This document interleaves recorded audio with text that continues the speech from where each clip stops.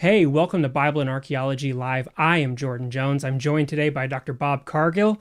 We're happy to have you here today for our weekly live show. Today, we're going to be talking about the miracles of Jesus. Bob, are you ready to get into some of the fun and complicated stories of the miracles of Jesus here? Yeah, I am. And again, apologies in advance for my very white voice. My wife calls it the Bon Iver voice. I'm getting over a cold, so just apologies up front. But yeah, I'm very excited about this topic.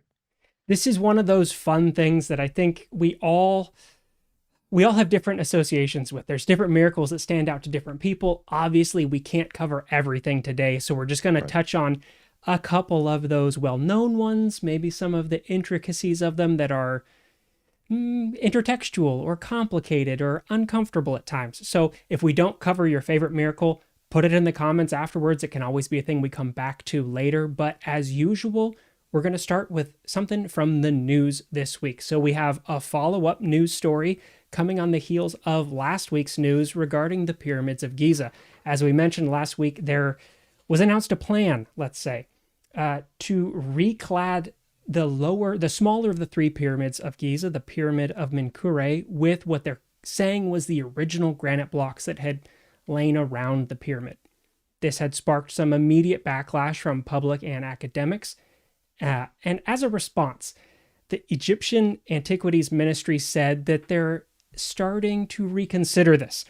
And so they've got together a committee headed by Zahi Hawass, who used to be the head of the Antiquities Authority, to consider this. It's going to go with archaeologists and architects. It's going to be submitted through UNESCO, and they're looking over everything. They're saying they're going to decide whether to proceed with the project or not, which does conflict with some of what we see in this picture here, where there was a live video shared a couple weeks ago showing that they had already started this project. But I think unsurprisingly here, the backlash has caused them to tap the brakes, maybe forever, on this project. And we talked a lot, Bob, about this last week too, with some of your perspectives on this. Maybe they saw your video, or maybe it Yeah. was just they heard all of the rumblings, but kind Yeah. of what we thought here. Yeah. Apparently, I'm not the only one that had some no objections, just some questions about this. Look, the pyramids.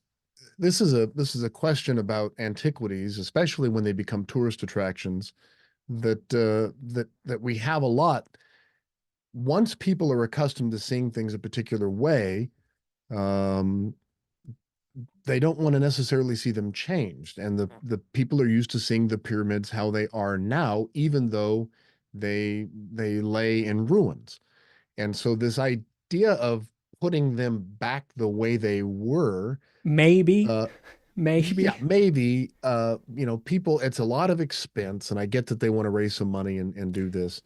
But again, with the rise of the digital humanities and all this technology, with the rise of augmented reality and virtual reality, it makes a whole lot more sense, especially given this new museum that they've got right there, Yeah. to do something that would allow people to have a virtual reconstruction of the pyramids. That just makes a whole lot more sense. So I'm glad that they're at least pausing and reconsidering this project. Yeah, and one of the things they had in their press statements here was they were responding in part to the concerns that the blocks that they were going to be putting back on may have not originally been associated with this, which was on top of the whole what's this going to cost and what is all this going to do, the archaeological question of we can't even be sure that these came from this. So again, we'll keep you up to date here, but this might be the end of what they had called the project of the century that lasted maybe a week or so. So it's a quick century for the rebuilding of the pyramids there. Right. Our next news story is another follow-up, a bit of a follow-up and a promotion for a thing coming forward. The Vesuvius Scrolls Project has Right. announced their 2023 winners. Now, the Vesuvius Scrolls Project is one of those things that makes me wish I knew a lot more about computer science than I do, because I know almost nothing. They're Mhm. working to read these charred scrolls from Herculaneum. These were scrolls that were destroyed during the eruption of Vesuvius in Herculaneum. There's a large collection of these. And the project is working to use CT scans to see, can we read the charred scrolls? You see here one of the scrolls that they're reading and a picture of what it looks like when you try to unroll these scrolls. This is an old Mhm. attempt to do this. And obviously you can see not only does it totally break it apart, but it's pretty illegible. The project has announced their winners for the year. The grand prize of $700,000 went to a team of 3 students. You can see their work here, who using the CT scans not only had the best ink identification in that top photo, but then also bringing all these scans together in a segmentation is what they're calling it. So this team won 700 grand, a great windfall for them. They weren't the only team that got a prize here. There were other, runner-ups that also produced good legibility.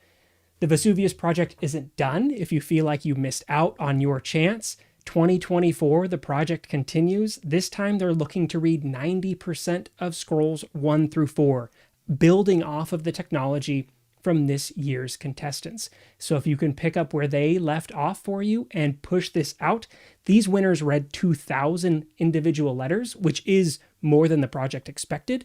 But in terms of reading an entire scroll, not that much. So they're looking to see, can we use this now that they've made it and get to a 90% reading? And they're offering a various assortment of prizes and incentives. So if you're interested in learning more, check out the Vesuvius Challenge 2024, and we'll keep you up to date on what they find here. But something that makes me wish I knew how to do more computers, Bob. Yeah, this is a fascinating project. This is Brent Seals and his team at the University of Kentucky. Um, the idea was to crowdsource all of the best minds in the world to try to solve a particular problem. I got called about this yesterday. And again, part of this team is our colleague here at the University of Iowa, Paul Dilley, who's on this grant to do this. But the idea is, how do you read a scroll that can't be opened? This is not only like the copper scroll, if you think back, right? If you open it, it'll fall apart. It's too brittle. But the idea is, this is an old piece of papyrus that has been torched, basically, right? It's ashen, right? So if you try to open it, it falls apart and you can't read it. So what do? You take these CAT scans, basically, these CT scans, you take all of the cross sections, and then you try to put them together in alphabet soup, right? You try to take them and read them, but it's a rolled up scroll. So that's going to take forever. So what they wanted to do is crowdsource all of the best people in the world, usually young people, grad students who know computer science, and see if you can't get them to not just do all the work, but now employ AI, teach a computer to run a bunch of algorithms, to run a bunch of different software, to teach it to arrange these things in such a way that they can then try to read the letters, identify letters, and then read this. And so what they're essentially doing is creating a virtual model of this scroll and then teaching the computer to essentially open the scroll in virtual reality and then read it. And we reported on this at Bible and Archaeology last year. It was one of our top 10 discoveries. Porphyry was the first word, purple. And now they're able to read more and more of this. And it's a brilliant concept of putting out there a huge prize to crowdsource, to incentivize people to come in and work on this. And what do you get out of it? You get this computer software, this program that now teaches you how to do all kinds of scrolls. So it was a brilliant project. Congratulations to the winners, and congratulations to Dr. Seals and his team. And it'll be really interesting to see as well how this project, once they find something, that we feel comfortable using, because all of this gets checked. Right now, they're testing off of scrolls that they have access to. So can we see if this is really here or not? And once they feel comfortable with that, that's how they're kind of proof testing things now. Then they're going to roll it out into those ones that we haven't broken apart, because a benefit of this is, as the technology gets better, we can rescan and the scroll isn't destroyed. So if we can rescan in the future to refine this, that'll be really interesting. And how this branches out into other products, other manuscripts outside of just these scrolls. It'll be a very fruitful place. And I'm sure a lot more is going to come out of this Vesuvius Scrolls project. So stay tuned to Bible and Archaeology for your updates there. Now, if we can, let's jump into miracles. This is what we're here for today. I want to do a quick background, a summary for us, some of what you may already know as viewers, or some of those touchstones to get our feet wet. Jesus performs lots of miracles in the Gospels, right? Matthew, Mark, Luke, and John. Jesus is a miracle worker. These miracles typically get broken up into the four kinds. We have the healing miracles, like the raising of Lazarus. We have the nature miracles, like walking on water. We have those feeding miracles, like the feeding of the 5,000. And we have exorcisms. Those are kind of the four big groups that we usually talk about when we're talking about miracles. Now, those miracles show up in the different Gospels, but not all of the Gospel authors use them in the same way. They have different intentions here. The Gospel of John is famous for those sign miracles, whereas Luke, it's more about, revealing the kingdom of God here and now. Matthew has it as the kingdom of God is here, and Mark is a little bit more of that, what is about to be, what is coming. So while we have a quick stage setting here, let's jump right in off of this to our first miracle of the day. Jesus's party trick, if I can call it that. Water into wine. In the Gospel of John, this is Jesus's first miracle. So, Bob, why does John start with water into wine? What's going on? Because this feels like, as a sign of divinity, an odd place to start. It is. And this is one of these miracles that's troubled people for a long time. And I use the word troubled because it does look like a party trick. It's basically this miracle that you have this famous line. Well, you got a couple of famous lines from Jesus. He's, like woman, he calls his mom woman, right? I always refrain from doing that with my mom. But, he says, he's there at this party and he's just hanging out, right? Yeah. And he says, my time has not yet come. Why are you asking me to do this?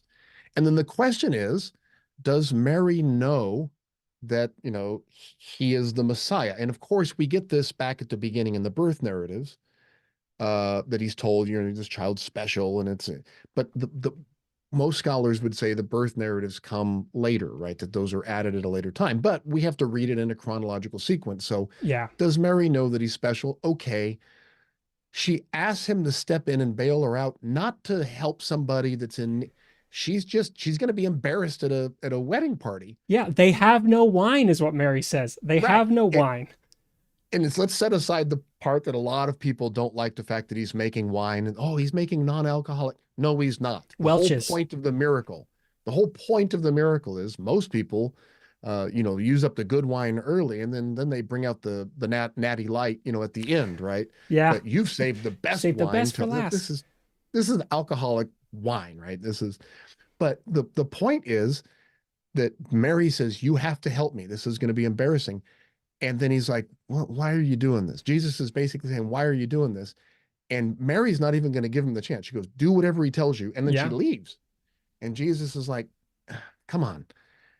And then he performs this miracle in order to save face for his mom.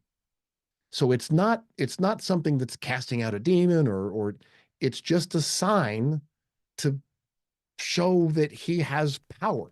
That's basically it. Now, people read a lot of theological things and he's the new wine and okay, whatever. But it's the closest thing we have to magic. In the Bible, he's just doing a trick. They fill the jars with water, they fill them out, draw it out, and then in that process of the cup is brought forward, it was water. By the time he drinks it, we have wine. I mean, this feels like, we've all been to magic shows as kids, and the cup is empty, flip it upside down, now there's water pouring out. Right. But in Jesus's version, it's the water into wine. But it is it feels like on its own an odd starting point. But in the Gospel of John's purposes, it is folded into more of these theological readings of that. It's the first of many signs that this guy's got special powers. And again, how do you attract an audience? You give them free wine. Yes, free beer. We always said my wife was a youth minister for a long time, and you got to have T-shirts and pizza, right? That's how you get people to come to an event. T-shirts and pizza.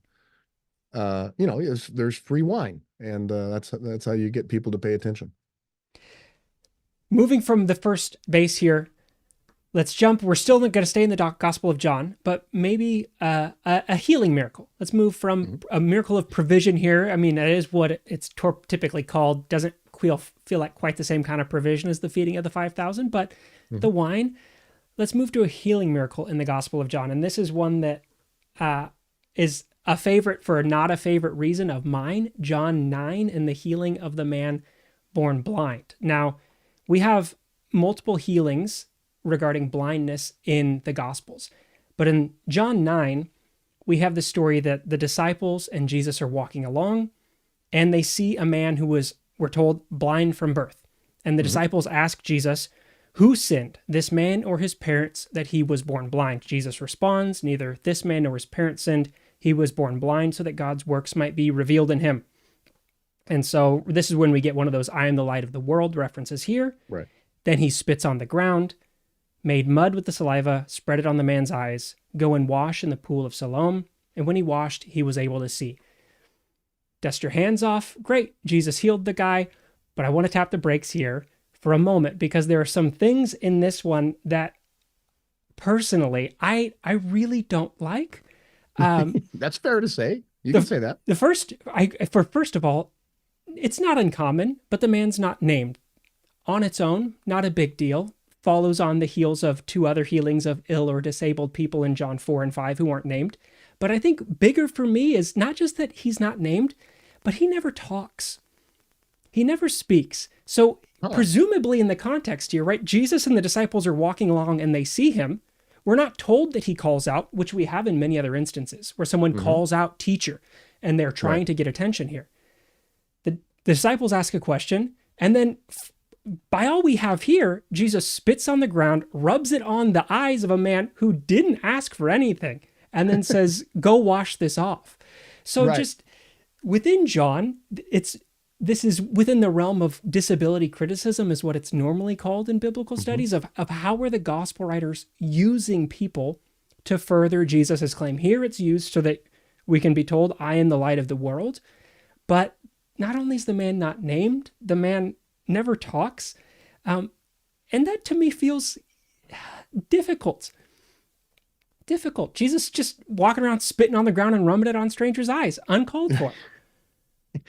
Yeah, I never really thought of that. He didn't ask for it. He didn't ask to be healed, and I'm not, no pun intended here. He didn't see it coming. Jesus is making mud cakes out of the ground, and he slaps it on this guy. Must have been a little startled, and then he says, "I need you to go wash this off." Maybe the guy's used to this. He's just sitting in there on the side, and maybe he's used to being, I don't know, I'm going to say assaulted, but, mocked or teased on the side of the road. It must have startled him. What I've always had a problem with, I have a problem with this miracle as well, but it's with the theological problem that's presented, right? Yeah. What's the question here? Who sinned that this man was born blind, him or his parents? Mm-hmm. And Jesus's response is what? Neither of them. He was born blind so that God's works might be revealed. Meaning this guy, according to Jesus, has suffered all of this time so that, for however many years, so that God can now do this thing to prove to you guys at this time that, he has power, that I have power. That's a pretty steep thing for this individual guy sitting on the side to have to pay for half of his life or however long it is. There's no other way for God to show that he has power than to punish this guy for the first part of his life. That's a pretty steep thing there, Jesus, to say. We can have a debate over whether disability is caused by sin, which, most of us reject these days. But Jesus's answer to me isn't much better. No. It's just so that God can show power.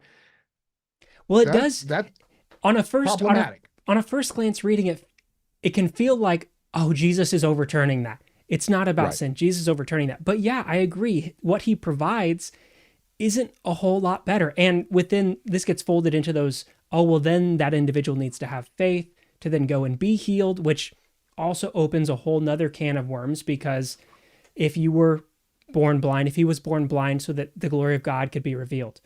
But then if he doesn't get healed, is it because you didn't have enough faith? And so you are now at fault for Right. yourself not being healed. As somebody who's dealt with long-term illness in the past, it's something that I've heard where it's Yeah. you what are you holding on to still? So this is one of those Right. passages that is filtered into a lot of modern interpretations of Right. healing or miracles or ministry that on the one hand we can kind of read right over some of these things Right. and not really maybe tap on how this all works, because we also get another story of healing in Mark where the man Mhm. isn't healed all at once. Yeah, no, you have this other, which again, a problematic miracle where Jesus heals a blind man, and he goes, "There, how's that?" Right? And the guy says, "Well, I see people, but they look like They look trees." like trees walking around. Yeah, but basically what he's saying is, yeah, I can see a little bit now, but it's still kind of fuzzy. And Jesus has to, it's the double healing, right? It's the Double. famous double healing. And he's got to do it again. Like, did he not get it right the first time? He's like, how's this? Yeah, I Jesus see didn't have people. his Wheaties in the morning and Right. Or on he half just power. didn't quite. And then he does it again. And so people don't like that interpretation of this. They want to Understandably. invest some theological. Well, what he's trying to say is that uh-uh, it's a double miracle, right? He does it, doesn't quite get it, does it again, and then it works. Okay, so great. Jesus healed the guy. I can't do that, so it's a miracle, good miracle. But it's just odd that it took a double shot, right? Yeah. It's a Or so still full credit, but maybe it was the like it's sharp but it's not 2020. I know yeah, like some, I me, mean, I've heard right? that one before where he could see, but he just wanted that little bit more, and so he had the faith to ask for that last touch. And Right. again, this is within those situations of how are we renegotiating these stories later, because it is a question of why didn't it work on time one? It worked on time one here. Now it doesn't in Mark 8. Different healing situation, but yeah, what do we It's do just with this? it's just an odd thing, right? I can see, but it's could you oh yeah, okay, thanks. Sorry. Let me make that 2020 for you. It's just an odd miracle. Yeah, Again, there are miracles in there where Jesus just goes, or he speaks something, or there's other miracles where Jesus doesn't even know he's doing a miracle, right? There's other miracles where he's just walking and someone else comes and steals the power from him. let's jump right into this one because I Yeah, do think that's the perfect transition of going from maybe not quite being able to get the job done on the first time and getting it done without even knowing that you're supposed to be healing someone. And right, so we have this, we're talking about the healing of the bleeding woman is what it's typically called. We get it right, in Matthew, Mark, and Luke, not in John. This is one right. that's left out of John, but where Jesus is walking through a crowd and there's a woman who had been suffering from hemorrhages for 12 years. Mhm. She'd heard about Jesus. She came up behind him in the crowd and touched his cloak. For she said, "If I but touch his clothes, I will be made well." Immediately the hemorrhages stopped, and she felt in her body that she was healed of her disease. Immediately aware that power had gone forth from him, Jesus turned about in the crowd and said, "Who touched my clothes?" The disciples said to him, "You see the crowd pressing in on you. How can you say, 'Who touched me?'" And then the woman comes forward knowing what had happened, and she tells him the whole truth. And he says, "Your faith has made you well." Right. So, yeah, Jesus in the midst of a crowd here, healing against his will. Well, yeah, not that it was against his will, but he certainly wasn't expecting it. He certainly didn't authorize it, right? This is often interpreted as the woman had so much faith Yeah, that she went to Jesus, and I like it. The power went out of him, and Jesus felt the power leave him, as if to say, Jesus doesn't have to authorize the power. The power will just go to any flow person through. of faith. And who touched me? And they're like, Jesus, there's people all over you. And he's like, no, no, no, no, no. And she's like, oh crap, he knows. And he's like, no, no, it's okay.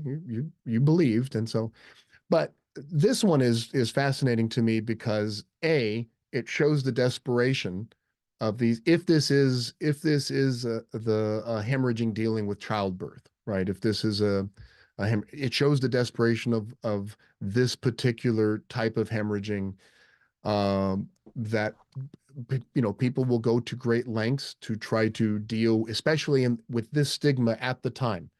of trying to fix uh, to remedy childbirth, right? To remedy issues with childbirth, but also it I believe is one of the miracles that is the driving force behind people's obsession with relics. Mm. And that is that we have this miracle where she's not touching Jesus, she's touching his clothes, and without his conscious knowledge, right, until after the event, the power goes out from him. So the concept, the understanding is that Jesus's power is transmitted through his clothes, Hmm. and he doesn't have to be conscious of it. And just touching his garments, the things that touch him, that come into contact with him, can convey the healing power of Christ. And if that's the case,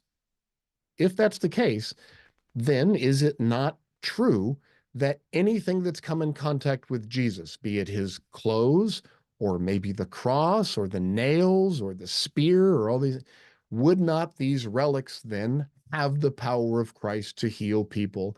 And I think this is the miracle, or one of them, that I think set the ball in motion for people's obsession from early on with Hmm. relics, not just the bones of Jesus, Yeah. but the objects that were associated with not just Jesus, but with the apostles. We get it The already in Acts that we Yeah, have these that's right, in relics. Acts Acts 19. 19. Yeah, where Yeah. we have God did, Acts 19:11, God did extraordinary miracles through Paul, so that when the handkerchiefs or aprons that had touched his skin were brought back to the sick, so he's not there, their disease left them and the evil spirits came out of them. So already in Acts with Paul, we have this, it's moving past just if you touch Jesus's clothes. Now the power that is in Paul can also be communed. So yeah, the Right. relic Yeah. So, idea here. Paul blows his nose, or, he wipes his eye or something, and somebody grabs that and Hmm. it touches it, that heals them. So you have this tradition of the objects that touch Jesus or the apostles being taken to people, and those objects heal people. And I think that's the origin of people's obsession with relics, or at least the belief that these objects can heal them. And we have this too outside of just a healing or religious space in the modern context too. Mhm. When there's a lot of people, let's say with in the world of sports, there's Oh a yeah. movie like Mike. If I have the shoes of Michael Jordan, can I Oh play yeah. like Michael Jordan? If I have the sweatband that was worn by my idol, will I be able to have some of this? So it's not even just in a modern context purely religious here, but there is this fascination in our understanding of if I can just touch this person, maybe maybe I get a little bit. Or is it the fact that these objects have power, or is it that we want to be associated with historical objects, the collector's market, Hmm. for sports memorabilia, right? I've got three baseballs up there on the shelf that are signed by Willie Mays and Hank Aaron and Cal Ripken, right? I was a ball player, right? So I want to have these things. Now, do they have magical power? They certainly couldn't help me hit, right? I'm sitting here doing this, but I wanted to be associated. I wanted to have objects that these guys had touched, so I can say, look, I love these guys, right? This is what I did. Uh, but I don't think they have magical powers to heal me. But there is this idea that you want to collect things that you appreciate, mementos Hmm. that remind you of the experience that you had at a particular place. So when does it go from a relic, an object, go from being a reminder of a fabulous experience, and it redirects your mind to something, that's really positive, to a belief that it can heal you, or a belief that it can, and where's that transition? Where is that? Well, then I guess let's continue down this line of where's this transition here. In some of these instances, with the healing of the blind or the objects through Paul or Jesus's clothes, what's the divider here then between magic and miracle in these contexts? If somebody is being healed by the person not being present, or by touch or by speech, what's that distinction that gets Well, drawn here that identifies this as a miracle for Jesus? Because we also have other figures mentioned in the Bible that do miracles, but also some that are said to do magic. So That's the big why do we question, have right? this split? Right. That's the question. What is the difference between miracles and magic? And, there are a lot of really bad definitions out there. And the one that we hear the most often is a miracle is from God, and usually when Christians say this, it's the Christian deity, the Christian understanding of God. And magic is from a demon. Magic is human tricks, right? So, but this is a bad definition. And I'll tell you where I think it comes from, but it's this idea that the suspension of reality, right? You have the suspension of the natural order. So you have to accept that, if I have a ball and I drop it, that it's not gravity's not going to pull it down, that it's going to levitate, right? Or if Mm-hmm. if I if I if I drink way too much and then I say the magic words, "Hey guys, watch this," and then I do something completely absurd and I die, that I will come back to life, right? This is a suspension of the natural order. Um, you have to be willing to accept that that's possible, and then say, well, if I did it in the name of God, my God, the Christian God, or whatever religion you happen to believe, then that's a miracle. But if I did it in the name of some other deity or some other religion, then that's magic, or Mm-hmm. that's some kind of sorcery. And the problem is they both rely on the suspension of the natural order. But I think that distinction comes from the Bible. I mean, think about it. In Exodus chapter 7, right, you have Aaron and Moses, and they go before Pharaoh, and Aaron throws down his rod and it turns into a snake. Mm-hmm. And that's understood to be a miracle. But then it says what? The Pharaoh's magicians and sorcerers do the same thing. And it's by their lahatehem, right? By their, how do you define that? Their secret arts, right? By their mysteries, whatever that is. And then he does it again. 722. They strike the water. Aaron strikes the water with his rod, and it turns to blood. And then Pharaoh's people come and do the same thing, but it's this mysteries or this magic. So it's not of God. It's by this other mysteries. Exodus 8:6, right? He stretches out his hand and the frogs come out. And then Pharaoh's people come out and do it, but that's not a miracle. That's these latehem, their mysteries, their magic. And so the Bible itself makes this distinction in the story of Aaron and Moses between miracles and sorcery and magic. And I think that's where a lot of people draw this distinction between, if it happens for our guy, it's a miracle. If it happens for someone else, it can't be a miracle. It has to be sorcery, or it has to be magic. And we also see that in the story in Acts. I think it's right there in Acts Acts 19 as 19, the well. seven sons. Yeah, Yeah. that they are said to do these things as well, but it's coming from secret books, right? Yeah. Well, this is an interesting one because it is this intercommunity conflict here because they are the seven sons of a Jewish high priest named Sceva. So we're in the ballpark here. Acts 19. They're doing healings, and an evil spirit said to them, "Jesus I know, and Paul I know, but who are you?" And so the man with the evil spirit leaped on them, mastered them as we go down along.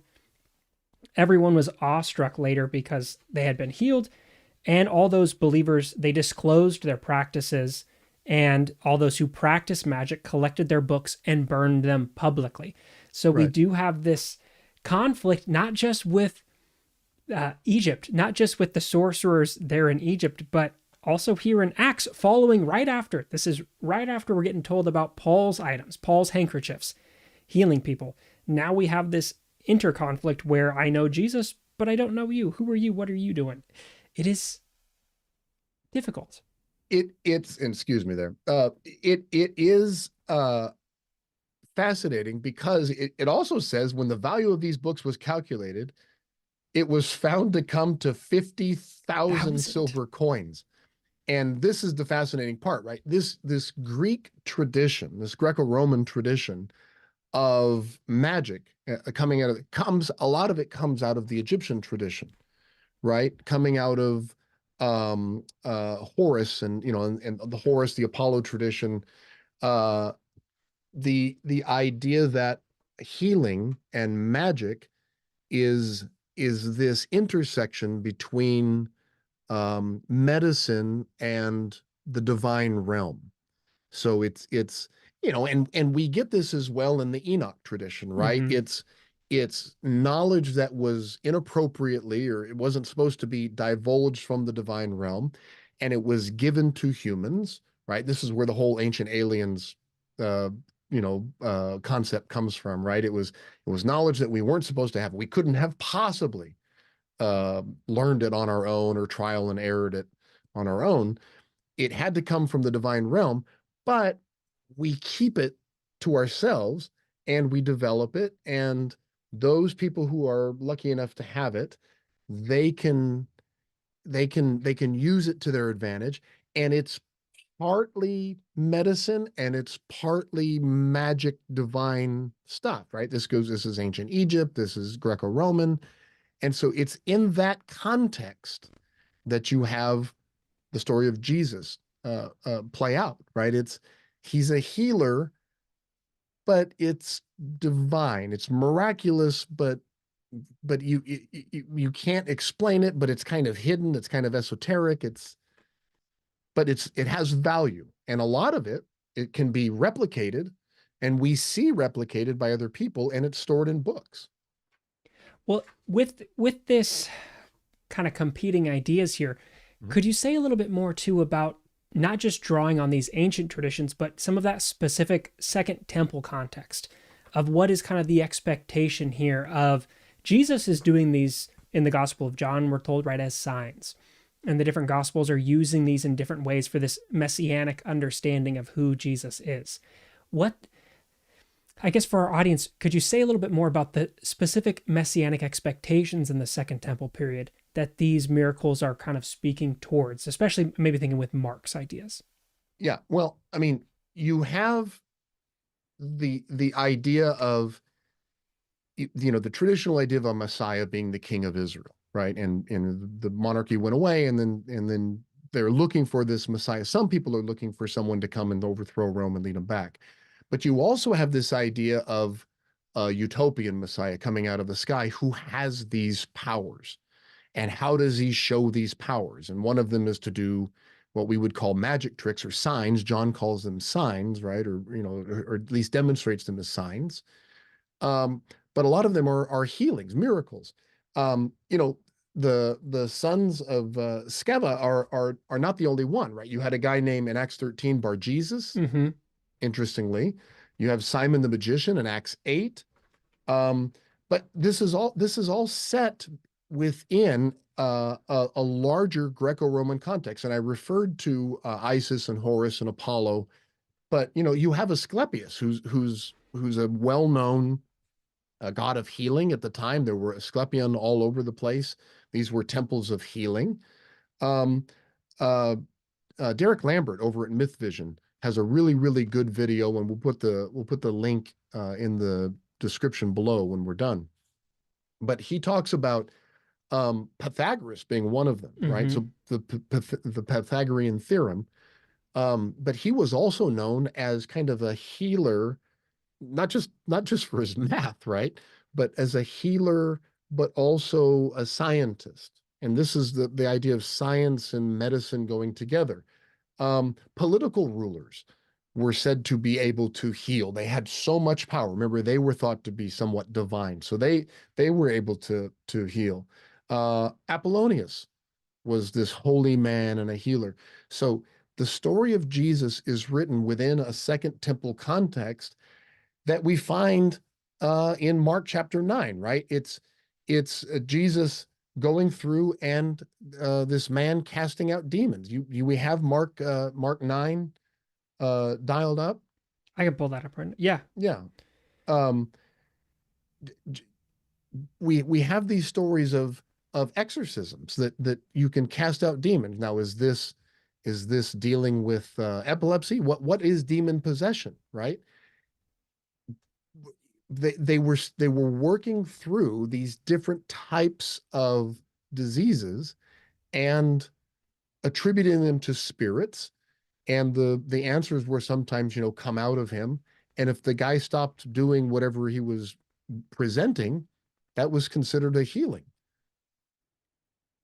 It just, I think it is one of those situations where if you're coming to this just from the context of the New Testament or Right, of the Bible, that right, that broader context isn't spoken about, isn't so much understood of how is this playing within this sphere outside of maybe if you watched Life of Brian and you see that right, scene where they're walking along, all of these people claiming to do these different things, that there is this ripe environment of messianic expectations, of what are our ideas around healing. We have lots of sources that talk about healing of individuals, of different persons who are known with these things. You mentioned the Myth Vision video. Andrew Mark Henry of Religion for Breakfast has another good video about this right, too that I would right, really recommend. It's a good in-depth discussion of right, kind of our expectations of magic, because some of it is very technical too, and how these terminologies have changed over time.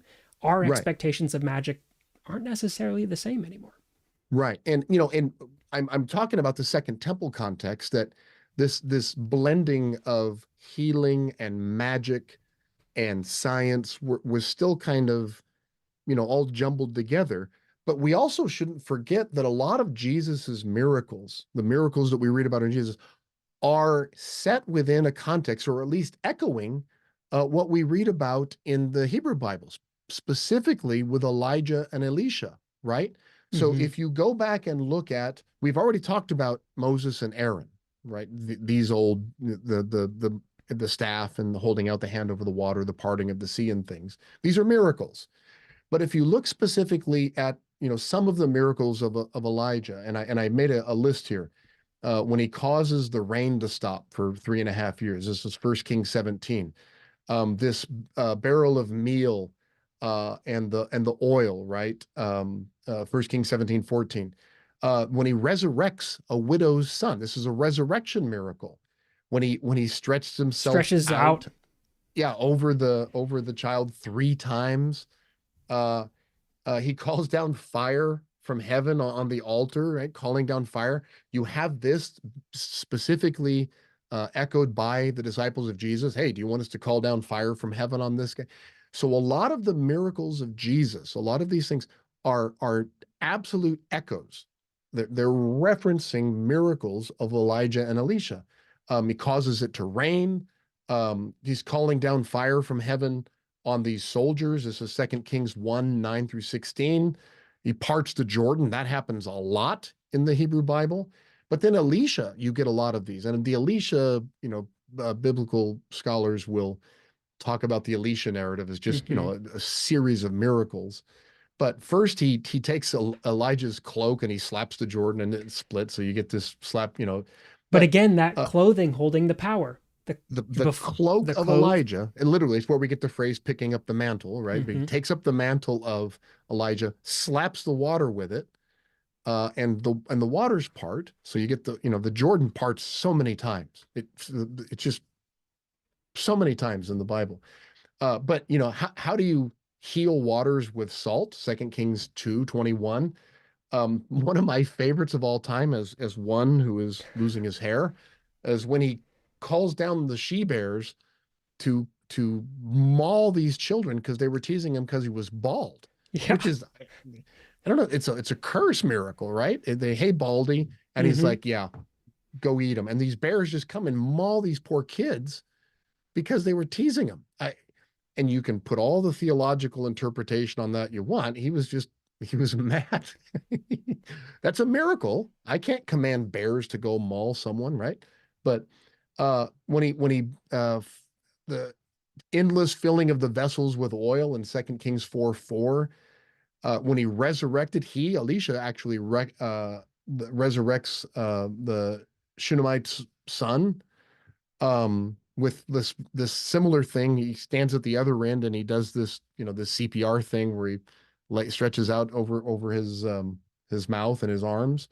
He does a feeding of the 100.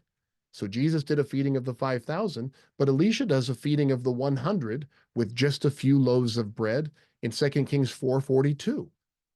So a lot of these miracles that we read about in the New Testament, I won't say were already done by Elijah and Elisha, but we certainly have things that were very similar to them in the Hebrew Bible. The Mm-hmm. healing of a leprous man, Naaman, Mm-hmm. right? We talked about this one in John 9. Elisha's doing this. Here, take this and go wash Go seven wash 7 times. times. Right. Um, one of my favorites is a guy who works with a lot of tools in the shop, right? Is the guy who was chopping the wood by the Jordan River and his axe head falls off. And he's like, oh no, I borrowed this axe too. It's not even mine. And Elisha throws the wood in there and the axe head, the iron axe levitates up out of the, so it's a floating axe. And he's like, there, now you didn't lose your axe head. And I was like, oh, thanks.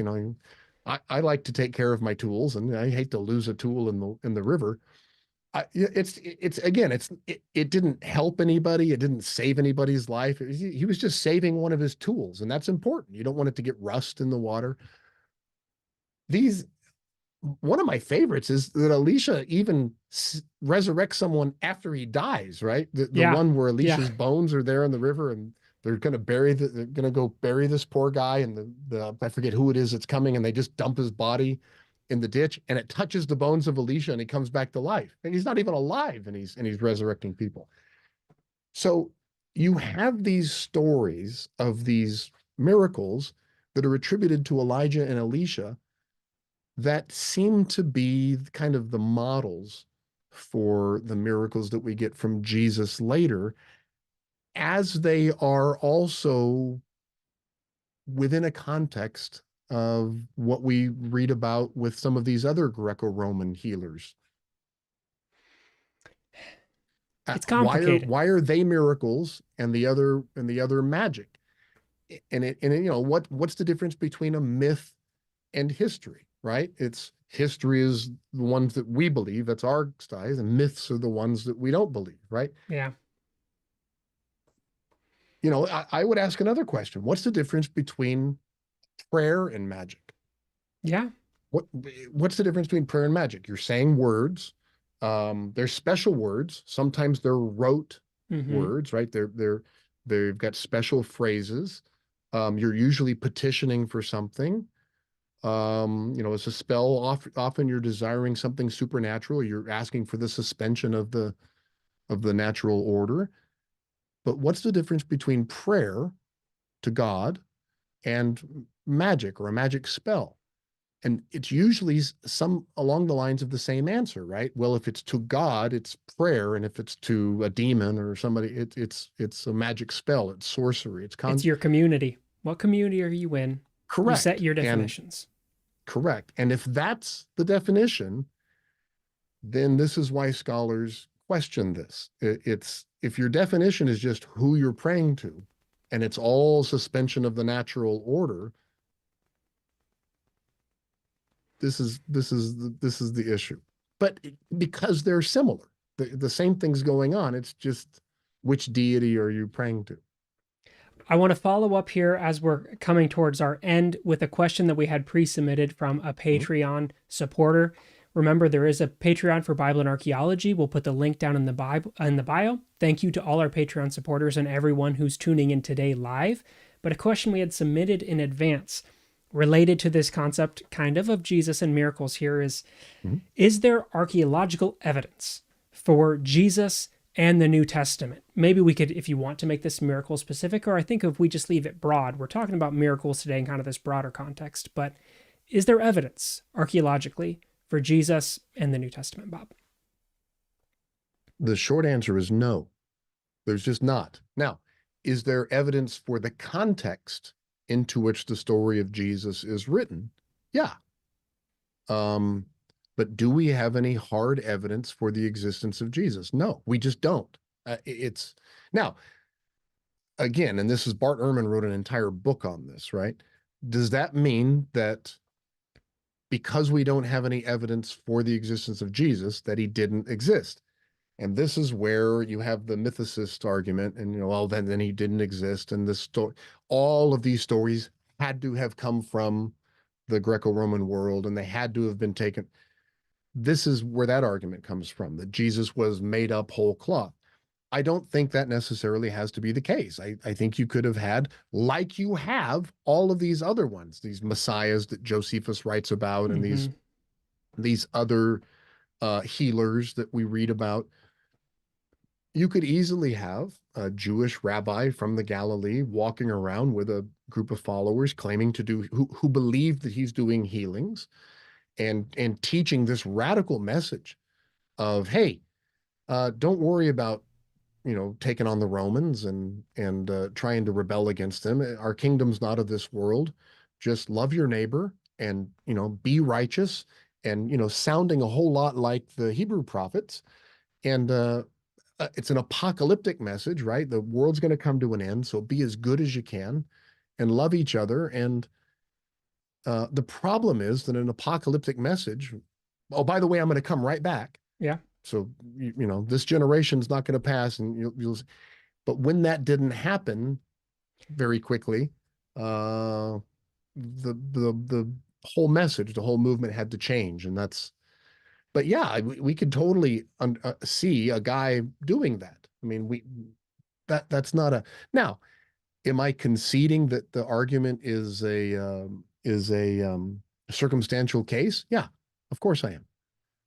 But we don't have any evidence, direct evidence for Jesus. And by the way, all of these relics, all of these, the nails of the cross and no, none of them, we can't trace any of them back to Jesus. Then I let me follow up with one more detail because we have that Right. relics situation addressed, but one other archaeological object that gets brought up a lot in this is Mhm. the Pilate Stone. Is the Pilate Stone evidence for Jesus? Or if not, how do we frame that within what does this say and what doesn't this say? I've I've visited the Pilot Stone. In fact, I've been filmed in a documentary, right, talking about it. It's the Pilot Stone is evidence of Pilate. And again, this is what I mean by we have evidence of the context of Jesus.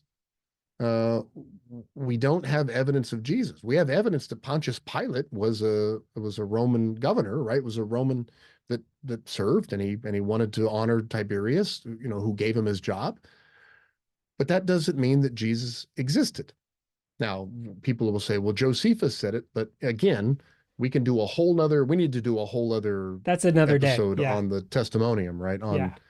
On whether or not that reference to Jesus in Josephus is forged, which I think it is, but um, we can do a whole other episode on that. But we don't have any hard evidence that Jesus existed. We have evidence of the context. And the example that I give is, does Dan Brown's Robert Langdon exist? And he said, well, no, look, he talks about Rome and he talks about Paris and he talks about London, and all of the details that he puts into his books are real. Those are, I know, but the character that he writes into that book, is he real? We call it historical fiction. And then someone will say, well, Cargill, you sound like a mythicist. You don't believe that Jesus existed. And what I'm saying is, no, you can have a Jewish rabbi running around doing all these things. I'm not saying he did all the miracles that he's claimed to have done. I'm not saying he came back from the dead. I'm saying, but I can fully understand a movement based on a guy that they believed could do all these things. I have Hmm. no problem with that, and that belief system growing and being a Jewish movement that became popular, and that the Romans would adopt this because, man, it appealed to the masses. And I have no problem with that. But it's a circumstantial case. I will concede that. I think that's a great place to leave off for the day today, talking broadly miracles, Mhm. Jesus, and everything in between. For everyone who tuned in live today, we want to thank you for coming and checking us out. If you're watching this on a replay and we didn't talk about something that you really wish that we had, please leave it in the comments, and it can always be something that gets brought back around in a question episode, or it could be fodder for a future episode as well. Bob, is there anything you want to leave off with today? No, Jordan, this was great. Great job. Thank you for all of these. The topic was wonderful. And don't forget, on the first Friday of every month, we have these uh, Friday free-for-alls. So if you do have questions that you want to ask, the first Friday of every month, we have these basically open mic, It's open kind of mic like nights. a office hours with Bob. Come on Yeah, by, yeah, no, ask you your can come in and questions. ask anything you want. But I had a ball today, and I hope people enjoy it. But again, I really appreciate this discussion today. It was wonderful. All right. Well, thank you. We'll leave it off there. Thank you, everyone, for tuning in, and we'll see you next week.